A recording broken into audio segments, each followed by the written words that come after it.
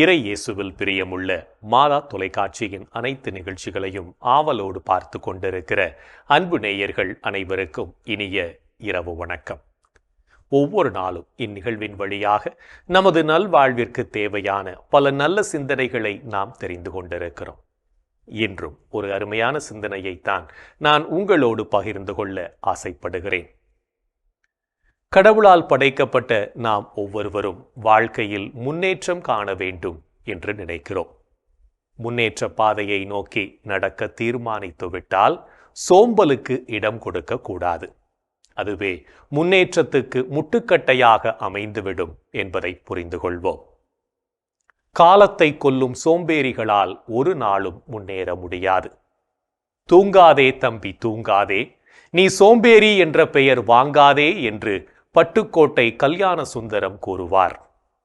வாழ்க்கையில் எப்போதும் தூங்கிக் கொண்டிருந்தால் நாம் முன்னேறுவதற்கான வாய்ப்பை இழந்து விடுவோம் என்பதை புரிந்து கொள்வோம். இளமென்று அசையி இருப்பாரை காணின் நிலமெனும் நல்லாள் நகும் என்ற குறளை நாம் சிந்தித்து பார்க்க வேண்டும்.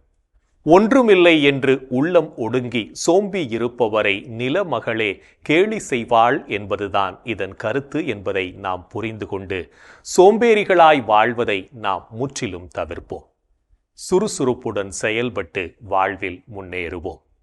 எந்த ஒரு காரியத்திலும் நாம் முன்னேற்றம் காண விரும்பி செயல்பட்டோம் என்றால் நாம் அழுகை முகத்துடனோ அல்லது எப்போது பார்த்தாலும் முகத்தில் கடுமை காட்டுபவராகவோ இருத்தல் கூடாது. ஏனென்றால் அந்த தோற்றமே அவர்களது முன்னேற்றத்திற்கு தடையாக அமைந்துவிடும். சமூகமாக நம்மால் பலரோடு பழக முடியாது போகும். அதனால் நம்மால் நமது முன்னேற்றத்திற்கு தேவைப்படும் ஆதரவு சக்திகளை திரட்டிக் கொள்ள முடியாது போய்விடும். முதலில் முன்னேற்றம் காண விரும்பும் நாம் உடல் நலத்தில் அக்கறை செலுத்த வேண்டும். நல் எண்ணங்கள் மலரும் சோலையாக மனதை வைத்துக் கொள்ள வேண்டும். ஆரோக்கியமான உடலும் உள்ளமும் நமது முன்னேற்ற பாதையில் உற்சாகமாக செல்ல அவசியமாகிறது என்பதை புரிந்து கொண்டு வாழ நம்மை பயிற்றுவிப்போம். சோம்பல் சீர்கேட்டையும் கடும் வறுமையையும் உண்டாக்கும். சோம்பலே பஞ்சத்திற்கு காரணம் என்கிறது தோபித்து நூல்.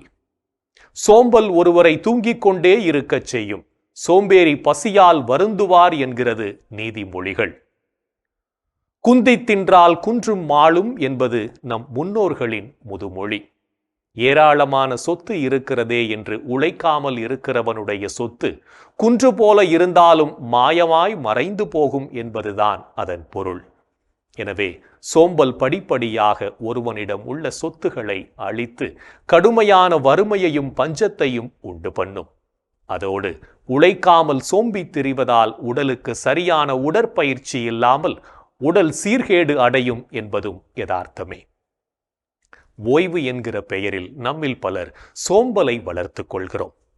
நாம் செய்து கொண்டிருக்கும் வேளையில் தவறு மற்றும் சலிப்பு ஏற்படாமல் இருக்க தற்காலிகமாக வேறு பணியை செய்து நமது உடலையும் மனதையும் உற்சாகப்படுத்திக் கொள்வதற்கு பெயர்தான் ஓய்வு என்பதை புரிந்து கொள்வோம். சோம்பலை தவிர்த்து உற்சாகமுடனும் சுறுசுறுப்புடனும் செயல்பட நம்மை பயிற்றுவிப்போம். இன்றைய தினத்தை எடுத்துக்கொள்வோம். இந்த நாள் முழுவதும் நாம் சுறுசுறுப்புடன் நமது செயல்களை செய்தோமா என்று யோசித்து பார்ப்போம். மேலும் இந்த நாளில் நமது செயல்பாடுகள் எப்படிப்பட்டதாக அமைந்தது என்று நம்மையே நாம் திரும்பி பார்ப்போம்.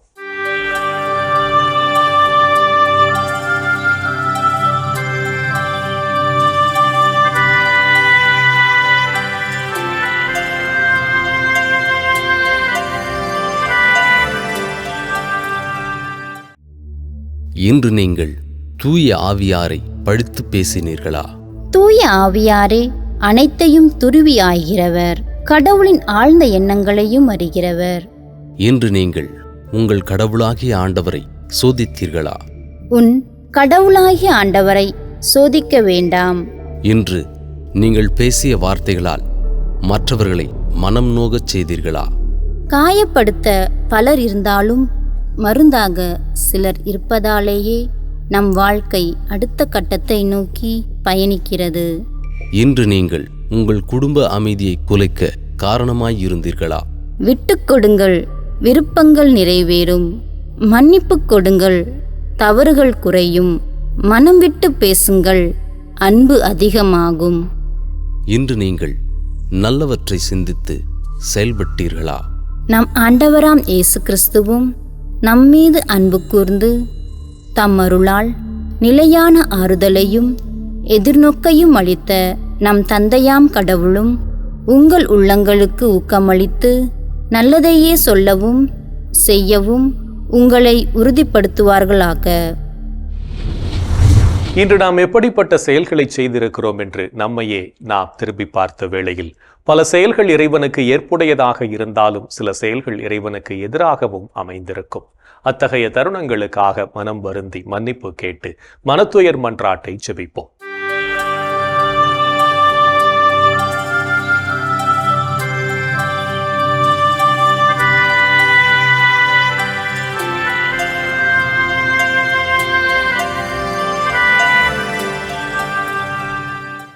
எல்லாம் வல்ல இறைவனிடமும் சகோதர சகோதரிகளே உங்களிடமும் நான் பாவி என ஏற்றுக்கொள்கிறேன்.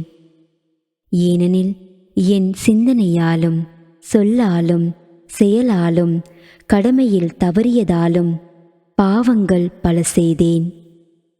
என் பாவமே, என் பாவமே, என் பெரும் பாவமே. ஆகையால் எப்போதும் கன்னியான புனித மரியாவையும் வானதூதர் புனிதர் அனைவரையும் சகோதர சகோதரிகளே உங்களையும் நம் இறைவனாகிய ஆண்டவரிடம் எனக்காக வேண்டிக்கொள்ள மன்றாடுகிறேன். ஆமேன். மனத்துயர் மன்றாட்டை ஜெபித்ததன் வழியாக இறைவனிடமிருந்து மன்னிப்பை பெற்றிருப்போம் என்ற நம்பிக்கையோடு இறை வேண்டலில் இணைவோம்.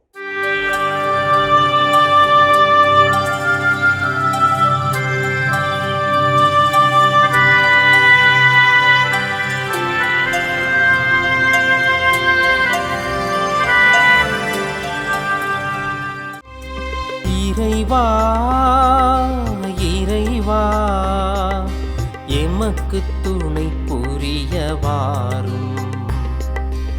ஆண்டவரே எமக்கு துணை புரிய விரைந்து வாரும். தந்தைக்கும் மகனுக்கும் தூய ஆவியாருக்கும் மாட்சி உண்டாவதாக.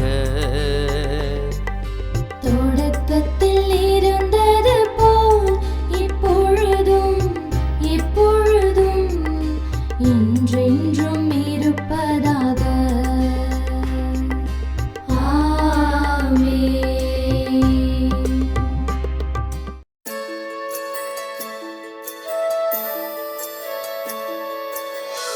போயது பொழுது புகுந்தது இரவு, தூயனை உனது பொன்னடி தொழுதோ. நேயமையெல்லாம் ஏதமும் நீக்கி நீயமையாண்டு காத்தருளையா. கனவுகள் துயில் வழி காணுதல் வேண்டாம், கனவிருள் பூதமும் கண்ணுரல் வேண்டாம். சினமுறு பகைவர் முரணலாம் வெல்வார், ஈனமும் உடலில் அணுகிடாது அருள்வார். ஆதியம் தந்தாய் அருள் புரிவீரே, அமலன மகனே அருள் புரிவீரே. ஜோதியே உருவாம் தூயாவியாரே, தொழுதனம் உமதடி அருள் புரிவீரே.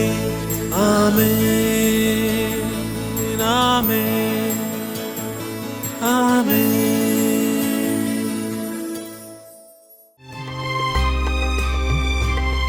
என் ஆண்டவரே என் கடவுளே, பகலில் கதறுகிறேன்,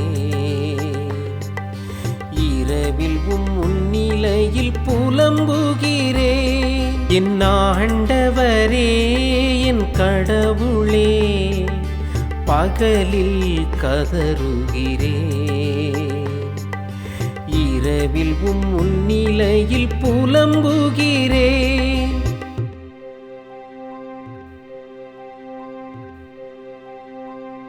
ஆண்டவரே என் இறைவா, பகலில் நான் கதறுகிறேன், இரவில் உமது முன்னிலையில் புலம்புகின்றேன். என் மன்றாட்டு திருமுன் வருவதாக, என் கூக்குரலுக்கு செவி சாய்த்தருளும். ஏனெனில் என் உள்ளம் துன்பத்தால் நிறைந்துள்ளது, என் உயிர் பாதாளத்தை நெருங்கிவிட்டது. படுகுழிக்குள் இறங்குவோருள் ஒருவராக நானும் கணிக்கப்படுகின்றேன். வலுவற்ற மனிதர் போலானே.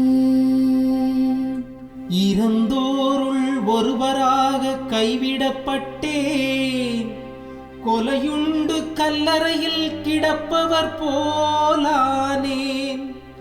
அவர்களை நீர் ஒருபோதும் நினைப்பதில்லை, அவர்கள் உமது பாதுகாப்பினின்று அகற்றப்பட்டார்கள்.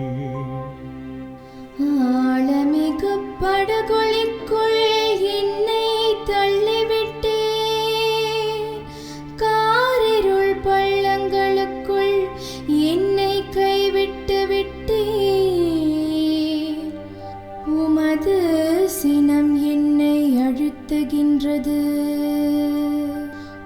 அலைகள் அனைத்தாலும் என்னை மூழ்கடிக்கின்றே.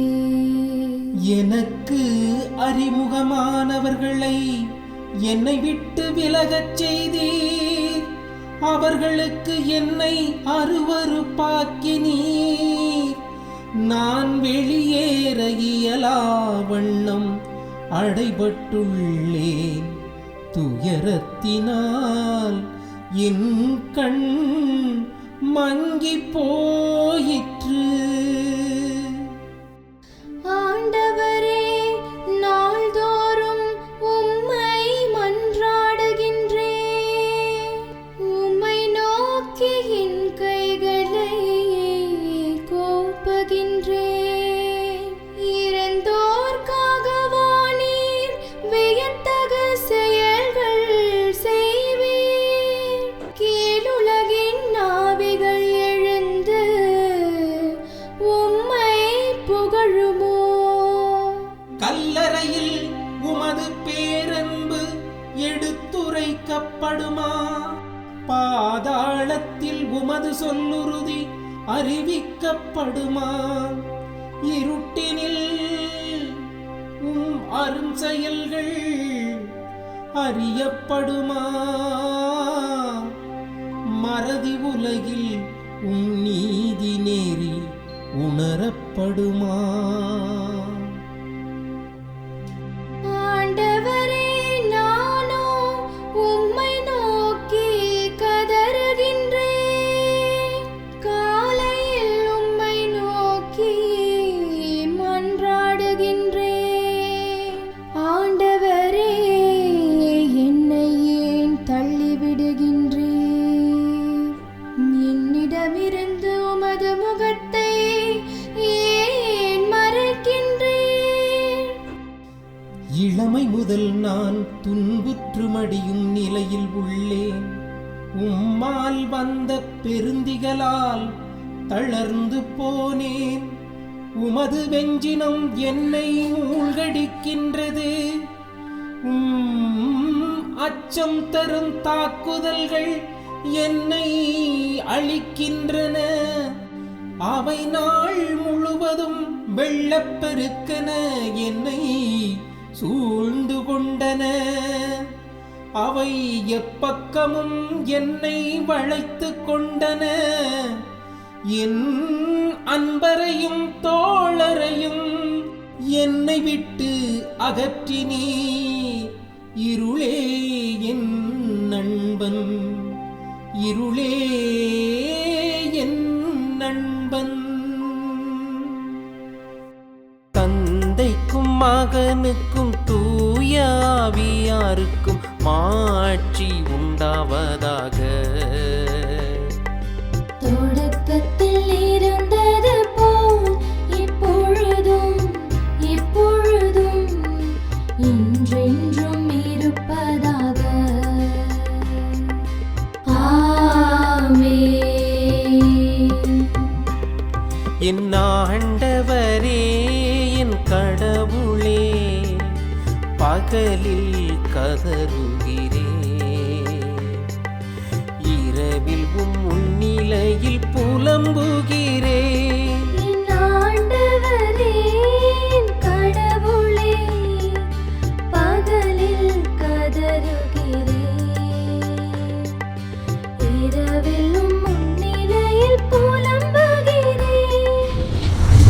இறைவனின் உடனிருப்பு இந்த இரவு பொழுதிலும் நம்மை பாதுகாத்து வழிநடத்தும் என்ற நம்பிக்கையை இறைவேண்டலின் வழியாக பெற்றுக்கொண்ட நாம் இப்போது நாளைய நற்செய்தி வாசகத்திற்கு செவிமடுப்போம்.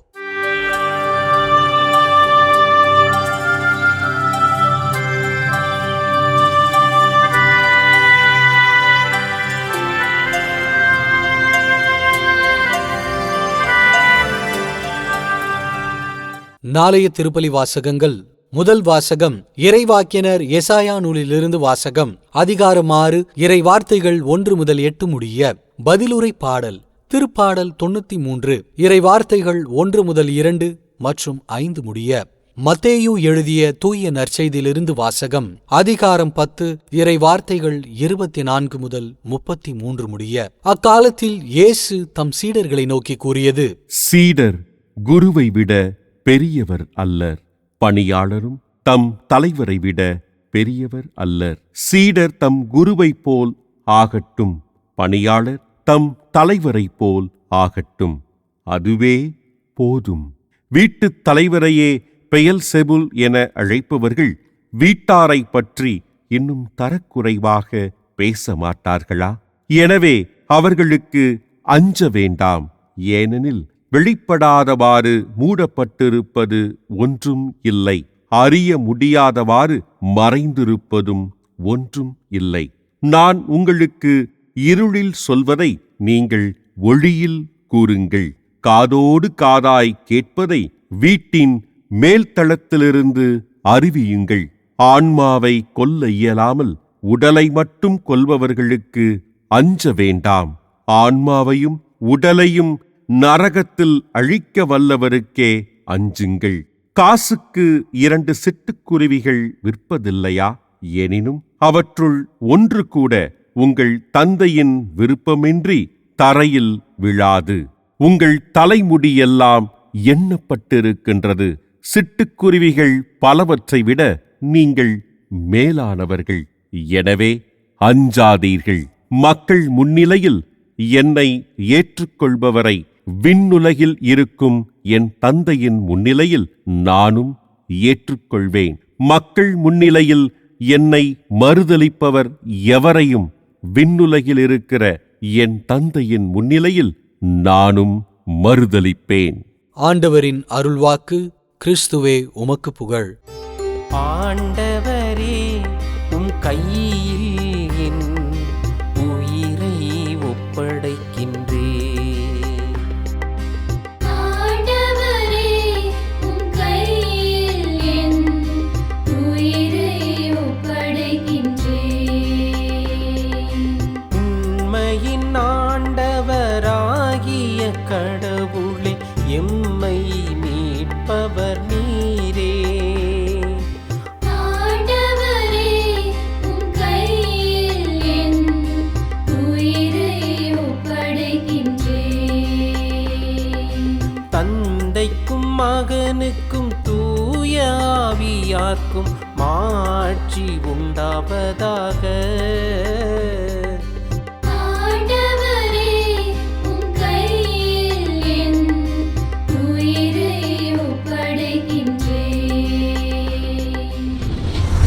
நாம் ஆண்டவரை முழுமையாக ஏற்றுக்கொண்டு இறை பயத்துடன் வாழவும் அவரின் விழுமியங்களை வாழ்வாக்கவும் அழைக்கப்படுகிறோம். என்றும் நம் அன்பர் இயேசுவின் குரலுக்கு செவிமடுத்து வாழ்வோம் என்ற சிந்தனையோடு சிமியோன் பாடலில் இணைவோம்.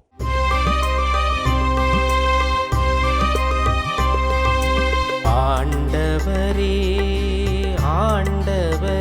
நாங்கள் விழித்திருக்கும் போது எங்களை காத்தருளும். நாங்கள் தூங்கும் போது எங்களை பாதுகாத்தருளும். இதனால் கிறிஸ்துவோடு பிழித்திருந்து அவரோடு அமைதியில் இளைப்பாறுவோம். அவரோடு அமைதியில் இளைப்பாறுவோம்.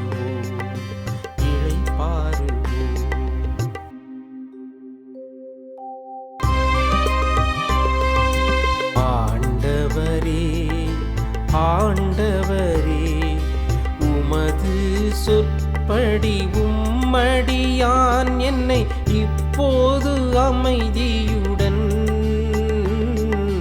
போகச் செய்கின்றீர். ஏனெனில் மக்கள் அனைவரும் காணுமாறு நீர் ஏற்பாடு செய்துள்ள உமது மீட்பை என் கண்கள் கண்டு கொண்டன.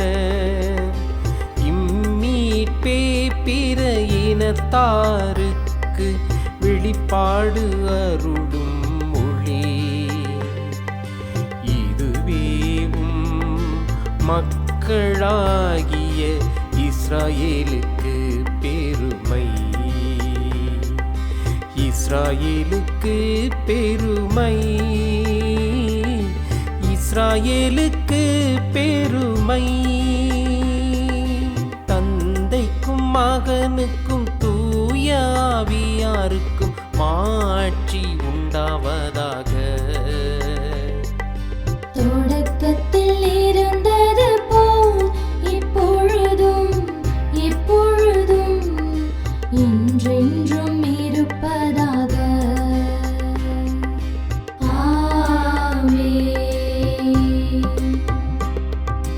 ஆண்டவரே, ஆண்டவரே, நாங்கள் விழித்திருக்கும் போது எங்களை காத்தருளும்.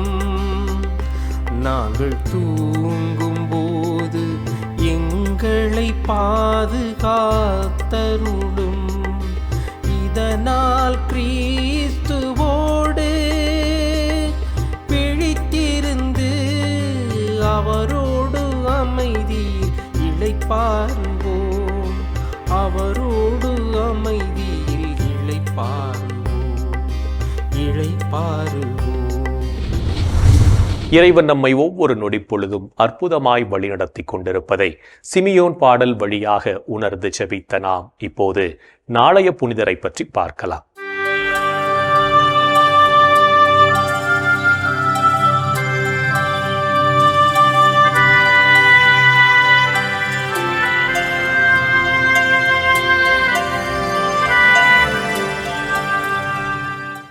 ஜூலை 11 நர்சியா நகர் புனித பெனடிக்ட். இத்தாலி நாட்டின் உம்பிரியா பகுதிக்கு அருகில் உள்ள நர்சியா என்னும் இடத்தில் வழமையான குடும்பத்தில் கிபி 480ஆம் ஆண்டு பிறந்தவர்தான் பெனடிக்ட். ரோமையில் கல்வி பயின்ற இவர் உலகின் ஒழுங்கின்மையை கண்டு அஞ்சி கிபி 500ஆம் ஆண்டு சுபியாகோ என்ற மலைக்கு சென்று 3 ஆண்டுகள் துறவியாக வாழ்ந்தார். மோன்டே கசினோவில் துறவு மடம் அமைத்த பெனடிக்ட் துறவிகள் வாழ வேண்டிய ஒழுங்குமுறைகளை அமைத்துக் கொடுத்தார். சில துறவிகள் இவரது விதிமுறைகள் பிடிக்காமல் திராட்சை ரசத்தில் விஷத்தை கலந்து கொல்ல முயன்றனர். ஆனால் புனித பெனடிக்ட் ஜெபம் செய்தபோது அக்கோப்பை வெடித்து சிதறியது. மிகுந்த இறை பக்தியுடைய பெனடிக்ட் பிறர் நினைப்பதை அறியும் வரத்தையும் தீர்க்க தரிசனம் உரைக்கும் வரத்தையும் சாத்தானின் தாக்குதலை அறியும் வரத்தையும் பெற்றவராய் திகழ்ந்தார். இவர் எழுதிய துறவற விதிமுறைகள் இன்றும் பல்லாயிரக்கணக்கான துறவற சபைகளில் கடைபிடிக்கப்பட்டு வருகின்றன. ஜெபிப்போம், உழைப்போம் என்னும் கொள்கையை வாழ்வாக்கிய புனித பெனடிக்ட் கிபி 547 ஆண்டு இறைவனடி சேர்ந்தார். 1964 ஆண்டு திருத்தந்தை 6ஆம் பவுல் ஐரோப்பாவின் பாதுகாவலராக புனித பெனடிக்டை அறிவித்தார். நர்சியா நகர் புனித பெனடிக்ட் விழாவை கொண்டாடும் நாம் நம்முடைய வாழ்விலும் ஜெபத்தை கைக்கொண்டு வாழ முயற்சி செய்வோம். புனிதர்கள் ஒவ்வொருவரும் தங்களது வாழ்க்கையின் மூலம் இறைவனுக்கு சான்று பகிர்ந்து வாழ்ந்தவர்கள் என்பதை உணர்ந்தவர்களாய் நாமும் அவர்கள் வழியில் வாழ்ந்து இறை வழியில் பயணிப்போம் என்ற நம்பிக்கையோடு நாளைய தினம் நாம் மற்றவர்கள் சொல்லும் கருத்துக்களை எதிர்ப்பு தெரிவிக்காமல் ஏற்றுக்கொள்வோம். என் அன்பு சகோதர சகோதரிகளே, கடவுளின் இரக்கம், கடவுளின் அன்பு அளவற்றது.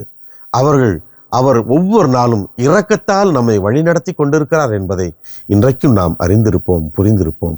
அவருடைய இரக்கத்திற்காய் கடவுளுக்கு நாம் நன்றி சொல்வோம். என் அன்பு சகோதரனை சகோதரி, இந்த தினத்திலே ஏழை எளியவர்களுக்காக, ஆதரவற்றவர்களுக்காக, ஒடுக்கப்பட்ட அனாதைகளுக்காக நாம் கண்ணீரோடு மன்றாடுவோமா? எங்கள் அன்பை உருவான இயேசு ஆண்டவரே, இதோ ஏழைகளை நீர் தேடி வந்தீர், ஏழ்மையில் நீர் பிறந்தீர் ஆண்டவரே. ஒதுக்கப்பட்ட மக்களுக்காய் உண்மையை நீர் கையளித்தீர். ஓரம் கட்டப்பட்ட மக்களை நீர் தேடி சென்று அவர்களை ஆசீர்வதித்தீர். இவர்களை குறித்து நாங்கள் சிறப்பாக நற்செய்தியில் வாசித்திருக்கிறோம். ஆம் ஆண்டவரே, இன்றைய சமூகத்திலே ஏழைகளாய், அனாதைகளாய், ஒதுக்கப்பட்டவர்களாய், ஓரம் கட்டப்பட்ட மக்களை எல்லாம் எண்ணி பார்க்கிறோம். ஆண்டவரே, இவர்களை எல்லாம் நீர் ஆசீர்வதியும் ஐயா.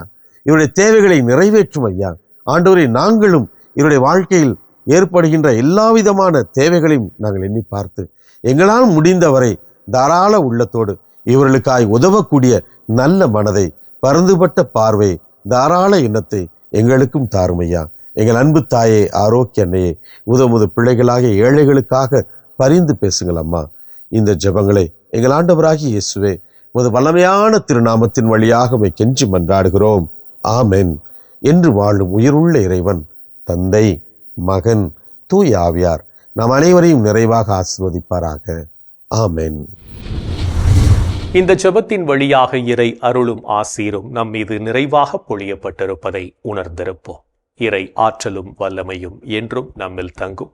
அன்னை மரியாவும் நமக்கு உதவிகள் செய்வார் என்ற நம்பிக்கையோடு அவரின் துணை வேண்டி இந்த நிகழ்வை நிறைவு செய்யலாம். Good night.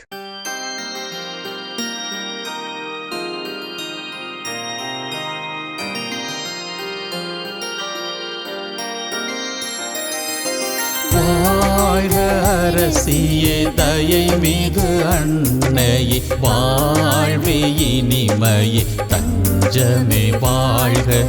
தாயகம் இழந்த ஏவையின் மக்கள் தாயே என்றும்மை கூவி அழைத்தோ.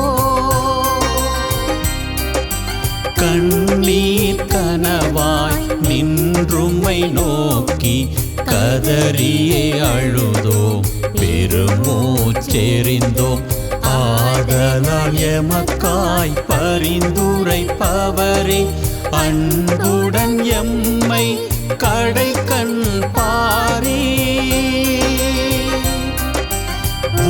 திருவயிற்றின் கனியாம் இயேசுவை இம்மை வாழ்வின் இறுதியில் காட்டுவி. கருணையின் உருவே, தாய்மையின் கனிவே, இனிமையின் அன்னை மரியா போ.